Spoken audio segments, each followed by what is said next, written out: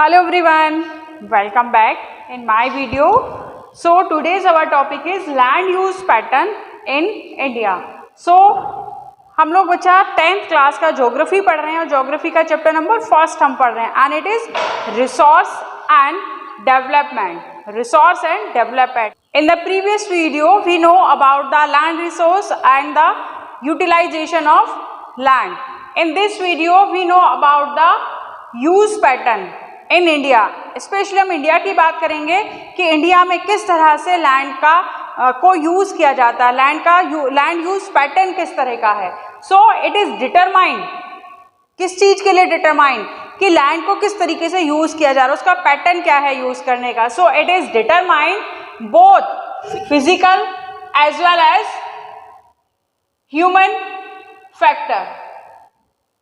It is determined by both physical factors and human factors. Physical factors such as topography, कि topography कैसी है, topography किस तरह की है, जो सरफेस एरिया है वो किस तरह का है, माउंटेन है, डिजर्ट है या फिर प्लेन एरिया है.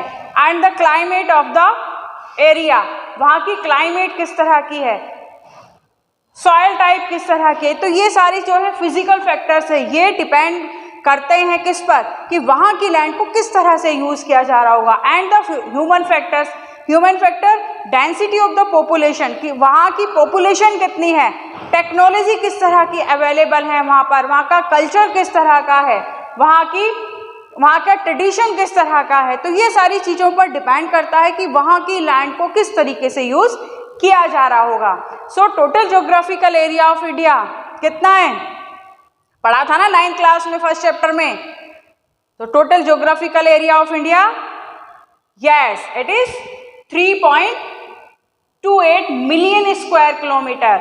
जो इंडिया का टोटल ज्योग्राफिकल एरिया है वो है 3.28 मिलियन स्क्वायर किलोमीटर. तो हम इसी ज्योग्राफिकल एरिया की बात करेंगे कि इसको कैसे यूज किया जा रहा है. So land use data however is available only for 33% geographical area of India. मतलब जो हमारे पास इट मीन्स जो इंडिया के पास डेटा है, टोटल ज्योग्राफिकल एरिया का जो डेटा है उसका सिर्फ 93% अवेलेबल है. 7% का डेटा अवेलेबल नहीं है. क्यों नहीं है, क्योंकि जो लैंड बाउंड्रीज हैं तो वहाँ का जो डेटा है वो क्लियर नहीं है, कुछ डेटा अवेलेबल नहीं है, क्लियरली अवेलेबल नहीं है. जो टोटल एरिया अवेलेबल है वो है 93%. तो उसी को हम जानेंगे कि किस तरह से उसको लैंड यूज पैटर्न है उसका. तो लैंड यूज कैटेगराइज, दो टर्म्स में हम उसको समझेंगे कि 1960 और 61 में उसको कैसे यूज किया जा रहा था, वहीं पर कुछ सालों बाद इट मीन्स 2014 एंड 15 में उसको किस तरह से यूज किया जा रहा है. And it may be possible कि आने वाले अगर हम बात करें 2030, 34 या 40 की बात करें तो वहाँ पर ये लैंड यूज पैटर्न भी चेंज हो जाएगा. सो जो आपकी एनसीईआरटी बुक है वहाँ पर जो भी नए एडिशन है उसमें डेटा चेंज हो सकता है. क्यों चेंज हो सकता है, डिपेंड करता है कि ईयर्स पर. हम यहाँ पर 60 की बात करें तो उसमें जो नया पैटर्न आएगा वो चेंज हो सकता है. तो हम इसको कंपैरिजन करेंगे 60, 61 और 14, 15 कि यहाँ पर 1960 में और 61 में किस तरह के लैंड यूज पैटर्न था और वहीं पर 2014 और 15 में किस तरह का लैंड यूज पैटर्न था इंडिया में. इंडिया की बात करें ना, इंडिया में. सो यहाँ देखिए ये 18.11 ये परसेंट क्या है, फॉरेस्ट एरिया. ये क्या है, फॉरेस्ट एरिया जो 60 और 61 में था वही फॉरेस्ट एरिया 14-15 में आते आते कितना हो गया, 23.3%. इट इज वेरी गुड कि जो फॉरेस्ट एरिया है इट मीन्स वो इंक्रीज हो गया है तो अच्छा है ना कंट्री के लिए. अगर फॉरेस्ट एरिया इंक्रीज हो रहा है तो अच्छी बात है. तो लोगों में जागरूकता आई है, लोग अवेयर हुए हैं, इसीलिए ज़्यादा से ज़्यादा वो पेड़ लगा रहे हैं. तो यहाँ पर फॉरेस्ट एरिया इंक्रीज हो गया है. बट अभी भी जितना होना चाहिए, जितना फॉरेस्ट एरिया होना चाहिए, कितना होना चाहिए, 33%. तो अभी भी वो कम है. वहीं पर जो बैरन एंड अनकल्चरेबल वेस्टलैंड है जो 60 और 61 में थी 18.11%, वही कम होकर रह गई कितनी, 5.5%. क्यों? क्योंकि जो बैरन और अनकल्चरेबल लैंड थी उसको कन्वर्ट कर लिया दूसरी लैंड यूज के लिए, दूसरी तरह से उसको यूज किया जाने लगा तो वो कम हो गई। देखिए लैंड तो उतनी है, जो लैंड है वो तो उतनी है ना, तो उसने बताया था ना कि वो एक इलास्टिसिटी नहीं है उसमें कि उसको खींचकर बढ़ा दो और उसको कम कर दो, ना तो हम उसको इंक्रीज कर सकते हैं ना हम उसको डिक्रीज कर सकते हैं। तो लैंड तो उतनी ही है हमारे पास, जो डेटा चेंज क्यों हो रहा है कि कहीं पर ज़्यादा हो गई कहीं पर कम हो गई, अगर ज़्यादा हो रही है तो कहीं पर कम हो रही है, लैंड तो वही है लेकिन उसी को इधर उधर करके थोड़ा बहुत आगे पीछे किया जा सकता है। एंड बात करें हम area under non agriculture uses, non agriculture uses roads के लिए, बिल्डिंग्स के लिए, रेलवेज के लिए, इस तरह की जो लैंड यूज की जाती थी वो कितनी थी 4.95%, 60-61 में, वही कितनी हो गई 8.7% 2014-15 में। क्यों इंक्रीज होगी ना यहाँ पर, जैसे हमने यहाँ देखा था कि यहाँ का जो लैंड एरिया वो कम हो गया, तो कम हो गया तो यहाँ पर इंक्रीज हो गया है, बैलेंस तो हो गया ना, यहाँ पर इंक्रीज हो गया। इंक्रीज क्यों हुआ है? क्योंकि जो इंडस्ट्रीज हैं वो बहुत ज़्यादा कंस्ट्रक्ट हुई है, बिल्डिंग्स बहुत ज़्यादा कंस्ट्रक्ट हुई हैं, उसके साथ साथ जो रोड्स है वो बहुत कंस्ट्रक्ट हुई हैं, तो इसीलिए जो अनकल्चरेबल नॉन एग्रीकल्चर यूजेस था एरिया वो इंक्रीज हो गया है। And permanent pasture and grazing land जो कितना था 4.71%, वो कितना हो गया 3.3%। ये क्या हो गया? इंक्रीज हुआ डिक्रीज हुआ? डिक्रीज हो गया। क्यों हो गया? जो परमानेंट पोस्चर थे उनको दूसरे कल्चरेबल दूसरी लैंड में कन्वर्ट कर लिया गया, और इस वक्त लोगों के पास एनिमल्स भी कम रखने लगे, लोग अब एनिमल्स भी कम रखने लगे, तो इसीलिए जो पॉस्चर और ग्रेजिंग लैंड था वो भी डिक्रीज हो गया, वो भी कम हो गया। बात करें हम area under miscellaneous tree, crops and groves, जो कितना था 1.50, वही 2014-15 में आते आते 1 पॉइंट रह गया। इट मीन्स ये भी कम हो गया, ये भी डिक्रीज हो गया। एंड कल्चरेबल वेस्टलैंड 6.23% था 60-61 में, वो हो गया कितना 4.0%। इट मीन्स वो भी कम हो गया है, उसको भी डिक्रीज कर लिया गया है, उसको भी दूसरे यूजेबल बना लिया गया है लैंड को। वहीं हम बात करें फैलो अदर देन करंट फैलो, कितना था 3.50%, कितना हो गया 3.6%। एंड करंट फैलो 3.73%, वो कितना हो गया 4.9%। इट मीन्स वो इंक्रीज हो गया, वो बढ़ गया। अब हम बात करें नेट शोन एरिया की, नेट शोन एरिया जो 60-61 में कितना था 46.26%, वो 2014-15 में कितना हो गया 45.5%। इट मीन्स थोड़ा सा कम हो गया ना, थोड़ा सा डिक्रीज हो गया। क्यों हो गया?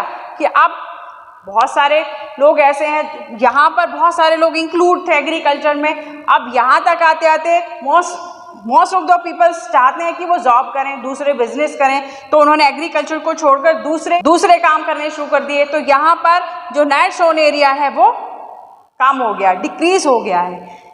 So forest area in the country should be कितना होना चाहिए 33%। अभी बताया था ना कितना होना चाहिए 33% होना चाहिए। किसने कहा 33% होना चाहिए?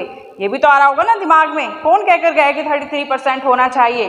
तो 33% according to the national forest policy 1952, according to the national forest policy 1952, इसके अकॉर्डिंग जो फॉरेस्ट एरिया है वो होना चाहिए 33%, बट अभी भी कितना है 23.3%। इसका मतलब अभी भी और इंक्रीज करने की जरूरत है, अभी भी वो थोड़ा सा और इंक्रीज होना चाहिए। So it was consider essential for the maintenance of the ecological balance. तो बहुत सारे फायदे हैं किसके, बहुत सारे बेनिफिट्स हैं। अगर फॉरेस्ट एरिया इंक्रीज हो रहा है तो उसके बेनिफिट्स क्या हैं कि वो it was consider essential for the maintenance of the ecological balance, कि इकोलॉजिकल बैलेंस को मेंटेनेंस रखता है, जो बैलेंस है उसको बनाकर रखता है। And The livelihood of the millions of the people who live on the fringe trees forest depend upon it. Millions of the people depend on the forest for their survive. बहुत सारे peoples ऐसे हैं जो अपनी जीविका के लिए, survive करने के लिए किसी न किसी तरीके से डायरेक्टली और indirectly depend on the forest. And wasteland include rocky, arid and desert area. Our land put to other non-agriculture uses include settlement, roads, railways, industries, etc. तो कुछ वेस्टलैंड जहाँ पर एग्रीकल्चर नहीं किया जा सकता, जैसे जो रॉकी है, अब ऐसे थोड़ी चट्टानों के ऊपर खेती की जाएगी, चट्टानों के ऊपर ट्रैक्टर चलाया जाएगा, उसके ऊपर हल चलाया जाएगा. एरिड एंड डेजर्ट एरिया जहाँ पर रेत ही रेत है. And some other land, some other non agriculturable land कौन सी है, जिसको बिल्डिंग्स के लिए यूज कर लिया है, रेलवेज के लिए यूज कर लिया, फैक्ट्रीज बना ली हैं, इंडस्ट्रीज सेटअप कर ली हैं, रोड वहां पर कंस्ट्रक्ट कर ली हैं. And the pattern of net shown area, net shown area ये वाला, ये जो नेट शोन एरिया जो 60 और 61 में 46.26% था, वही जो 2014-15 में 45.5% हो गया. It is varies greatly from one state to another, one state to another. It may be possible कि कहीं पर किसी स्टेट में 60% land use net zone area में यूज किया जा रहा हो, वहीं पर यह भी पॉसिबल है कि किसी दूसरे स्टेट में less than 10% area net zone area में, इट मीन्स एग्रीकल्चर यूज के लिए यूज किया जा रहा हो. जैसे हम एग्जांपल देखें यहाँ पर हरियाणा और पंजाब, तो हरियाणा और पंजाब वहाँ की जो टॉपोग्राफी है, कहा था ना डिपेंड करता है human factor of physical factors. तो वहाँ की जो टॉपोग्राफी है वो बहुत अच्छी है, वहाँ की जो सॉइल है बहुत अच्छी है, क्लाइमेट बहुत अच्छी है, फेवरेबल है. तो वहाँ पर मोर देन 80% एरिया यूज किया जाता है, किस लिए, एग्रीकल्चर के लिए या फिर नेट जोन एरिया के लिए. और वहीं पर हम बात करें अरुणाचल प्रदेश की, मिजोरम की और मणिपुर की, अंडमान एंड निकोबार आइलैंड्स की, तो वहां पर लेस देन 10% कि एक एरिया तो ऐसा है, एक एरिया तो ऐसा है कि इसका ये वाला इतना पार्ट यूज किया जा रहा है एग्रीकल्चर के, और दूसरा एरिया ये है कि बस इसका इतना सा पार्ट, ये इतना सा पार्ट यूज किया जा रहा है, इसका तो इतना सारा पार्ट यूज किया जा रहा है और इसका सिर्फ इतना सा पार्ट यूज किया जा रहा है. क्यों? क्योंकि वहाँ के जो फिजिकल फैक्टर्स हैं और ह्यूमन फैक्टर्स हैं वो फेवरेबल हैं और यहाँ पर फेवरेबल नहीं है. सो इसीलिए वहाँ पर, क्योंकि देखिए यहाँ पर अरुणाचल प्रदेश, मिजोरम, मणिपुर, तो क्या है, यहाँ पर हिल्स हैं, पहाड़ हैं, माउंटेन्स हैं, तो माउंटेन्स पर थोड़ी ट्रैक्टर चला जाएगा, वहाँ पर थोड़ी खेती आप कर पाएंगे. तो वहाँ पर लेस देन 10% एरिया ही नेट जोन एरिया है. और वहीं पर बात करें पंजाब हरियाणा की, तो मोर देन 80% एरिया कौन सा है, नेट जोन एरिया है. So it is a land use pattern in India. So it is clear. So this is all about the land use pattern in India.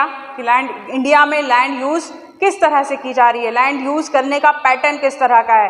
तो हमने कंपैरिजन भी देख लिया 1960 और 61 से में किस तरह का पैटर्न था, और वहीं पर 2014 और 15 में किस तरह का पैटर्न था. तो this is all about this topic. मिलते हैं नेक्स्ट वीडियो में.